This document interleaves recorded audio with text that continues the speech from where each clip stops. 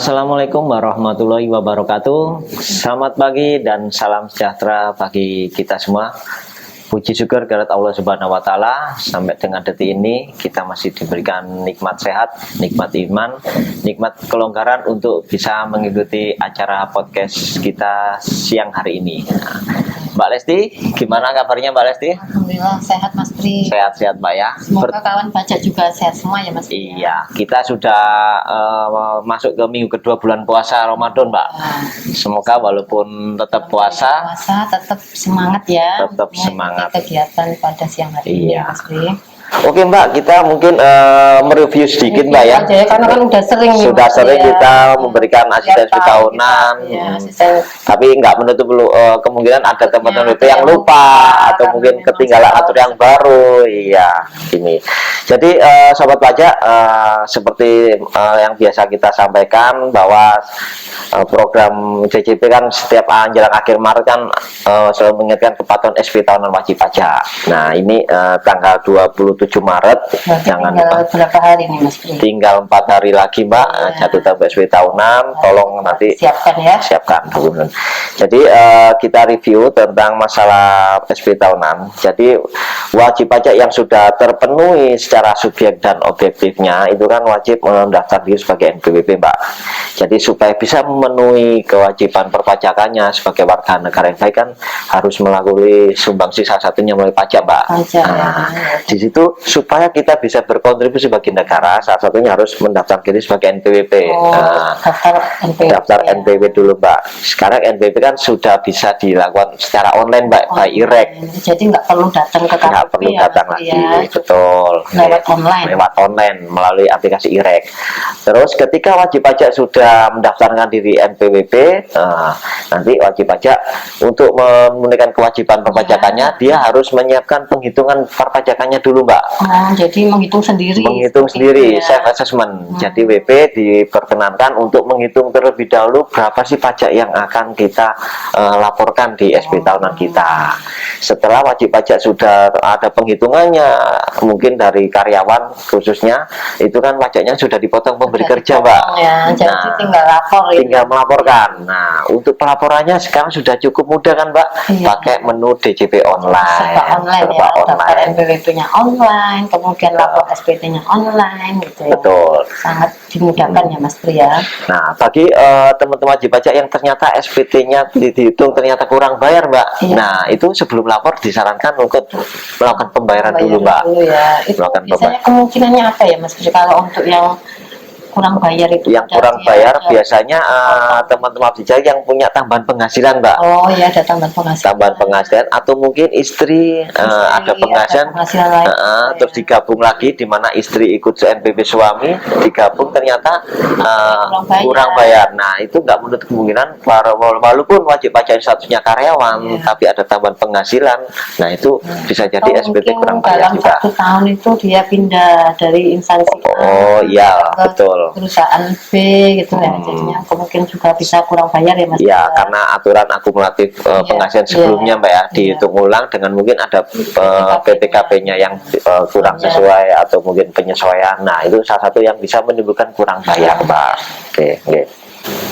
Mungkin beberapa kawan pajak ini masih bingung Mas Pri, kira-kira berapa sih pajak yang harus saya bayar gitu Iya, ya. betul Mbak. Jadi untuk orang pribadi ini menggunakan tarif pasal 17 Undang-Undang PPA, di mana untuk batasan penghasilan kena pajaknya, jadi penghasilannya itu kan ada penghasilan bruto lalu dikurangin PTKP. PTKP itu kan penghasilan tidak kena Tidak pajak. pajak ya. Jadi untuk satu orang pribadi itu 1 tahunnya itu 54 juta Mas Tri. Nah, kalau untuk penghasilan netonya atau penghasilan kena pajaknya itu sampai dengan 60 juta, maka tarifnya itu pakai lapisan yang terendah yaitu 5%. Ini ada penyelesaian Mbak ya. Dulu angat saya Iya, 50 juta.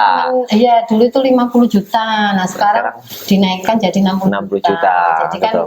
lebih kecil Lebih gitu kecil ya Mas Tri ya. kalau pajaknya. Jadi Oke. yang Betul, Mbak. 50 sampai 60 itu dulu 15%, sekarang hanya 5%. Betul. Lalu untuk lapisan yang kedua antara 60 juta sampai 250 juta itu tarifnya 15%. 15% Mbak ya. Mungkin. Kemudian untuk yang penghasilan kena pajaknya 250 juta sampai 500 juta, tarifnya 25%. Lalu untuk yang 500 juta sampai 5 miliar itu 30%. Nah, yang lapisan paling tinggi, lapisan ke-6, apabila wajib pajak tersebut memiliki penghasilan kena pajak di atas 5M, itu akan dikenakan tarif 35%. Seperti itu. Jadi nanti kalau untuk ada WP yang ada di layer yang ketiga mungkin, berarti nanti dia bisa jadi ada 3 lapisan tarif Mbak ya yang dikenakan ya. Jadi misalnya WP itu 70 juta nih Mas, 70 juta, betul. 60 jutanya itu nanti kena tarif 5%, sedangkan 10 jutanya kena 5%. Berarti ada 2 tarif nanti yang diperhitungkan Mbak ya. Oke. Kemudian mungkin ini Mas Dwi, banyak yang lupa nih Mas Dwi, nanti kira-kira saya harus nyiapin apa sih kalau mau lapor SPT tahunan OP? Iya, Jadi bagi kawan pajak, yang pertama silakan menghubungi pihak perusahaannya, minta untuk diberikan bukti potong 1721 A1 A2. Kemudian jika ada bukti potong PPh final juga harus disiapkan. Betul, Mbak. Kemudian juga bikin list daftar hartanya. Nah, di sini harta yang dimiliki oleh wajib pajak per 31 Desember 2023. Jadi misalnya di tengah tahun 2023 ada harta yang dijual, ya udah nggak usah dimasukkan ke item harta. Mungkin punya mobil dulu awal tahun, lalu dijual di bulan Juli 2023, maka di SPT 2023 mobilnya itu tidak perlu dimasukkan, tapi mungkin dari penjualan mobil tersebut itu ada berupa kas, nanti dimasukkan berupa kas. Kemudian di list juga terkait daftar hutang maupun daftar kewajiban yang dimiliki oleh wajib pajak, dan itu juga kondisi sisa hutang per akhir tahun 2023, seperti itu.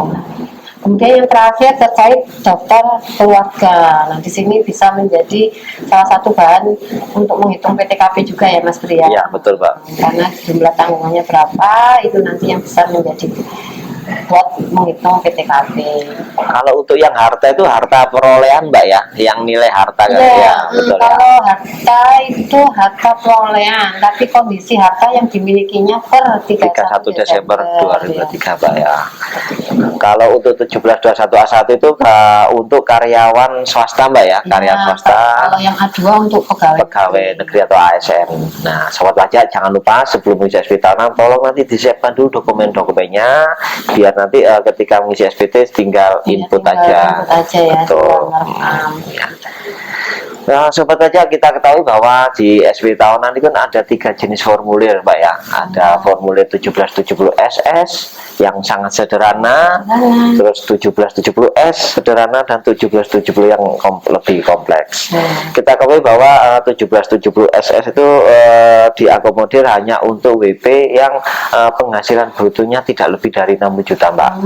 Jadi ketika penghasilan brutonya hanya dari satu pemberi kerja dan di bawah 60 juta, nah itu disarankan pakai buku SS, sangat sederhana dan hanya satu lembar Mbak. Itu sangat mudah ya, sangat mudah. Kalau untuk yang 1770S itu berlaku bagi karyawan atau wajib pajak orang pribadi yang memiliki penghasilan lebih dari satu pemberi kerja. Nah, itu disarankan kalau misalnya lebih dari satu pemberi kerja atau penghasilan dari satu pemberi kerjanya ternyata lebih dari 60 juta, itu tetap pakai S Mbak, pakai S. Nah, di situ juga berlaku bagi WP yang ada penghasilan lainnya yang bersifat final. Nah, itu disarankan pakai 1770S Mbak. Jadi agak lebih naik lagi. Ya. Nah, jadi pertama kriterianya penghasilan brutonya di atas 60 juta. Nah, atau mungkin dia penghasilannya lebih dari satu pemberi kerja. Itu juga kerja di beberapa perusahaan. Betul. Nah, itu juga disarankan pakai S Mbak. Demikian juga kalau misalnya dia ada penghasilan dalam negeri lainnya Mbak, ada tambang, usaha jualan atau dia juga ada usaha dagang, kita asalkan pakai S Mbak, kos-kosan gitu ya. Nah, itu bisa lebih mengakomodir untuk pertanggungjawaban pelaporan harta maupun penghasilannya Mbak, karena elemen-elemennya lebih lengkap. Gitu ya. Dan untuk yang SPT yang terakhir yaitu 1770 ya Bapak Ibu. Jadi untuk 1770 ini diarahkan untuk WP yang mungkin statusnya bukan sebagai karyawan Mbak, mungkin wira swasta atau pengusaha. Nah itu kita arahkan supaya menggunakan 1770. Bisa juga untuk mengakomodir WP yang mempunyai penghasilan final, nah atau mungkin penghasilan lainnya, itu bisa diakomodir juga di 1770 Pak. Lebih komplit Mbak. Tapi nggak menutup kemungkinan para wajib pajak mungkin saya ingin mempertanggungjawabkan harta saya. Betul. Walaupun saya mungkin terpenuhi kriterianya 1770 SS, tapi saya cuma di bawah 60 juta. Nah itu. Tapi harta saya banyak. Nah itu nggak apa-apa. Silakan bisa menggunakan S770S atau yang 1770. Nah tapi itu. kalau penghasilannya lebih dari 60 pakai SS boleh nggak Mas Ri? Nggak boleh Mbak.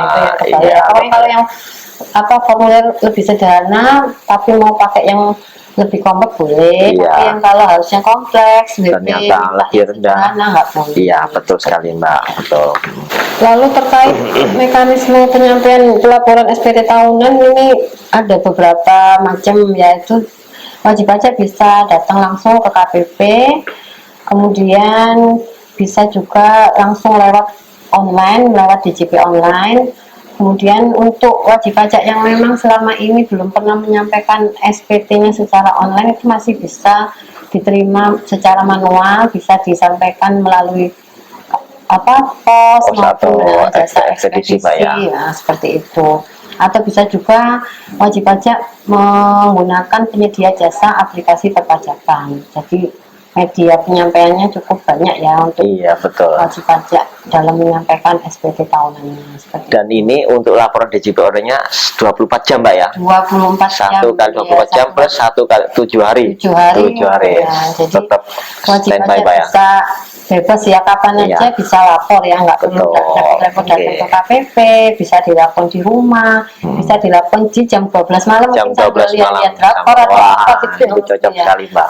Tapi tetap kami sarankan Mbak ya, walaupun 24 jam, tapi jangan mepet-mepet 31 Maret karena kan khawatirnya ini ya traffic jaringan kami mungkin juga overload untuk pengguna akses DJP online kan ya. Kita khawatirnya terjadi force majeure di tengah jalan ya. Sebenarnya proses pelaporannya itu mudah sekali. Hanya karena adanya crowded di websitenya itu ya, jadinya khawatir wajib pajak terlambat dalam melaporkan SPT. Betul sekali.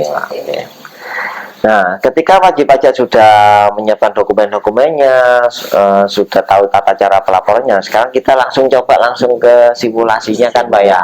Jadi WP ketika sudah punya akun DJP online, nanti ketika WP memilih untuk lapor online, Bapak Ibu nanti tinggal masuk ke web DJP online-nya Mbak, di akun wppajak.go.id, nanti tinggal pilih pelaporan SPT DJP online-nya.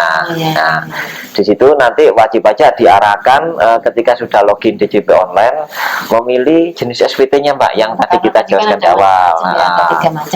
Nanti ada semacam panduan Mbak di situ, apakah menggunakan panduan atau langsung tabel. Nah Bapak Ibu tinggal memilih, kalau memang ada panduan, pilih panduan, nanti diarahkan pertanyaan-pertanyaan apakah penghasilan brutonya di bawah atau di atas 60 juta, atau ada perjanjian pisah harta atau tidak. Nah itu nanti ada pertanyaan pilihan yang harus Bapak Ibu pilih. Setelah ditentukan jenis formulir SPT yang Bapak Ibu sudah harus gunakan, nanti tinggal pelaporan SPT-nya. Nah nanti sekalian nanti ada permintaan kode verifikasi Mbak. Kode verifikasi itu mengisi SPT belum Mbak, sebelum. Jadi sekalian nanti ketika WP memilih pelaporan, nanti kode verifikasi akan dikirim berbarengan di email yang terdaftar Mbak. Di kode, misalnya nanti WP memilih e-form. Nah nanti itu e-form akan terdownload otomatis dan kode verifikasinya akan dikirim ke email yang terdaftar. Jadi ada e-filing, ada e-form ya. Ada e-filing dan ada e-form Mbak. Bedanya apa itu Mas Bri? Jadi kalau untuk e-filing itu emang langsung online. Jadi saat itu juga harus Bapak Ibu selesai di situ. Itu kalau e-filing. Kalau e-form itu dalam bentuk file Adobe Reader, PDF. Nah itu kelebihannya itu bisa dikerjakan secara offline Mbak, kapan saja. Nanti tinggal simpan. Nanti tinggal proses submit. Nah, ketika persubmit dulu akan diperlukan semacam kode verifikasi. Kode verifikasi ini yang diperoleh tadi yang sudah harus didapat di email yang terdaftar. Dan pastikan Bapak Ibu emailnya masih aktif Pak ya. Jangan sampai ternyata emailnya beda atau sudah tidak pernah digunakan. Emailnya beda bisa nanti mengajukan perubahan email, tapi menggunakan Evin Mbak. Nah itu kuncinya Evin. Ini kita akhir-akhir ini sering dapat chat lupa Evin Mbak. Nah, itu nanti tolong para wajib pajak jika memang lupa Evin bisa menghubungi KPP atau layanan kering pajak itu juga bisa Mbak. Setelah itu ya tinggal setelah proses lengkap semuanya sudah mengikut submit verifikasi, tinggal nanti kirim. Nah nanti akan dapat tanda terima SPT. Jadi tanda terimanya juga dapat langsung ya, langsung bisa di email yang bersangkutan. Betul Mbak, pasti. Nah di sini tadi kan berarti ketika login nih Mas Pri, ternyata kan tuh harus masukin NPWP sama passwordnya Mas Pri. Betul Mbak. Kalau misalnya kadang kan setahun sekali nih. Iya betul. Iya, kawan pajak ini kadang lupa passwordnya apa nih, itu bagaimana itu kalau lupa password? Kalau lupa password paling nggak WP-nya harus tahu Evin dulu Mbak. Nah nanti kan diarahkan klik lupa password itu nanti WP-nya akan dibuat Evin. Nah untuk WP yang lupa Evin, nah ini makanya KPP harus bersedia memberikan pelayanan yang lebih optimal ke WP ketika memang ada permintaan lupa Evin Mbak. Iya, berarti sarananya apa aja nih? Sarana untuk WP orang pribadi yang lupa Evin, pertama dia bisa telepon call center kita di 1.500-200 itu bisa Bapak Ibu optimalkan layanan kering pajaknya, atau bisa live chat juga Mbak. Live chat di www.pajak.go.id. Nanti ada petugas chat kami yang akan memberikan jawab tentang Evin. Bisa juga melalui sertifikat elektronik by email Mbak. Nah di situ kalau ada untuk alamat emailnya itu di lupa.evin@pajak.go.id. lupa.evin@pajak.go.id untuk layanan lupa Evin. Atau bisa juga menggunakan aplikasi di Play Store di M-Pajak. Jadi download dulu ya. Download dulu di Play Store M-Pajak. Nanti itu ada layanan lupa Evin. Dan yang langkah terakhir ini kalau memang tidak bisa menggunakan layanan sebelumnya, langsung datang aja KPP terdekat, KPP atau KP2 KP terdekat. Berarti benar sangat dimudahkan ya sebenarnya. Betul bisa sekali Mbak. Lewat online. Iya. Evin seperti betul.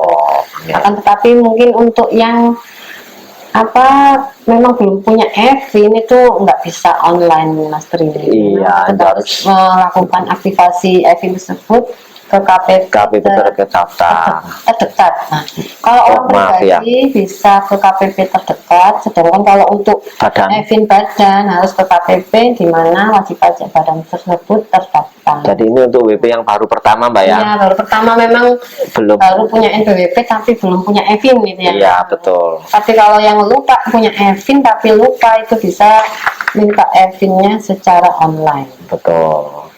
Jadi setelah para wajib pajak sudah memilih jenis SPT-nya, nanti akan diarahkan ke langkah berikutnya Bapak Ibu. Jadi nanti pengisian stepnya berikutnya adalah pengisian formulirnya Pak. Formulir SP tahunan, nanti Bapak Ibu akan diarahkan untuk mengisi jenis-jenis penghasilannya, yaitu antara lain pajak penghasilan yang misalnya ini untuk karyawan Mbak ya, untuk karyawan. Jadi setelah mengumpulkan bukti-bukti potong dari pemberi kerja, nanti Bapak Ibu masukkan juga pajak penghasilannya yang dipotong itu Mbak. Pajak penghasilan dari pemberi kerja berapa yang dipotong. Kalau misalnya ada penghasilan final yang potong final, nah itu nanti direkam juga di situ penghasilan semua data yang ada di bukti potong itu dimasukkan juga, termasuk nomor bukti potongnya, tanggal bukti potong itu nanti ada step-step yang harus diisi Bapak Ibu. Betul ya.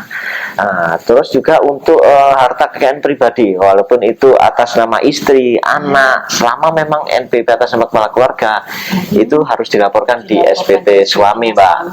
Sering kita temui di lapangan, ternyata ini harta atas nama istri, tapi ternyata istrinya ikut NPWP suami. Nah, itu ya sering harus dilaporkan Mbak. Ya. Kira cuman harta atas suami. Ya, di sini berlaku selama yang memang kepala keluarga itu membawai anggota keluarga, maka hartanya harus dilaporkan, termasuk juga hutang-hutangnya.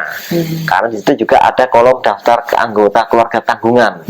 Nah, di situ harus dilaporkan semua harta-harta yang dimiliki walaupun atas nama anggota keluarganya, Mbak. Di situ juga ada pengisian penghasilan lain-lain, misalnya Bapak Ibu mungkin ada terima sewa atas hadiah, sewa atas tanah bangunan atau bunga. Royalti. Nah, itu bisa juga dilaporkan Bapak Ibu. Jadi sebisa mungkin dilaporkan selengkap mungkin, selengkap-lengkapnya. Betul. Ada juga namanya penghasilan yang tidak termasuk objek pajak, Mbak. Misalnya bantuan atau sumbangan hibah. Itu walaupun bukan objek pajak, kami sarankan tetap dilaporkan Bapak Ibu. Supaya ini ya balance gitu ya. Balance. Dan nanti ketika nanti ada pihak KPP yang bersangkutan mengkonfirmasi ada kepemilikan harta, ternyata itu ada harta sumbangan atau warisan, nah itu bisa dipertanggungjawabkan. Saya sudah laporkan di SPT-nya, Mbak. Itu poin-poin utama ketika melakukan pengisian SPT, Mbak. Gitu. Ada lagi nggak Mas yang kewajiban itu, di akhir Mbak, tahun, di akhir Maret 2024 pemberitahuan norma, Mbak. Jadi BP yang ketika memang sudah tidak kena aturan BPA final yang 0,5%, ketika dia memang sudah saatnya menggunakan norma atau mungkin karena dia memang jenis pekerjaan bebas, misalnya profesi dokter, notaris, apa itu. Nah, itu wajib menyampaikan norma, Pak, pemberitahuan norma. Itu pemberitahuan normanya itu untuk kegiatan di tahun 2024 ini 2024, ya. Tapi maksimal disampaikannya harus Maret ini. Maret ini. Jadi nanti di menu DJP online ada namanya menu konfirm KSWP, Mbak. Jadi lewat online juga ya. Online juga bisa. Nggak perlu datang ke KPP ya. Kalau dulu kan kita ingat itu BP melampirkan suatu norma di SPT, Mbak. Nah, itu sering ternyata nggak ke-record di data kami. Jadi sekarang sudah difasilitasi dengan menu DJP online di menu KSWP itu BP bisa menyampaikan NPPN, nomor pemberitahuan norma penghitungan penghasilan neto. Nah, itu secara online. Mungkin itu lengkap, Mbak, kita sampaikan informasi terkait SPT tahunan. Sangat jelas sekali, Mbak. Mungkin para wajib pajak kalau misalnya nanti ada pertanyaan-pertanyaan yang perlu disampaikan, bisa optimalkan layanan chat kita. Layanan chat atau telepon ke KPP Madya 2 Surabaya. Kita juga tetap membuka layanan secara luring, Bapak Ibu, di hari Sabtu Minggu 31 Maret 2024. Kita ada petugas yang standby di KPP. Kalau misalnya nanti jam layanannya ya, Mas? Iya, jam layanannya kalau untuk puasa ini kita tutup jam 8 sampai jam 3 sore selama bulan Ramadan ini. Iya. Itu aja mungkin, Mbak, yang perlu kita sampaikan terkait masalah SP tahunan. Jika memang nanti ada permasalahan bisa kita diskusikan di layanan kami, di agen layanan chat di Telegram KPP Madya 2 Surabaya. Ya, maupun bisa telepon langsung ke KPP atau bisa datang langsung ke helpdesk ya, Mas. Betul sekali, Mbak. Siap. Terima kasih Sobat Pajak bersedia untuk mengikuti podcast kita pada siang hari ini. Semoga apa yang disampaikan bisa bermanfaat, bisa mempermudah pekerjaan para wajib pajak di sana. Gitu. Akhirul kalam, assalamualaikum warahmatullahi wabarakatuh.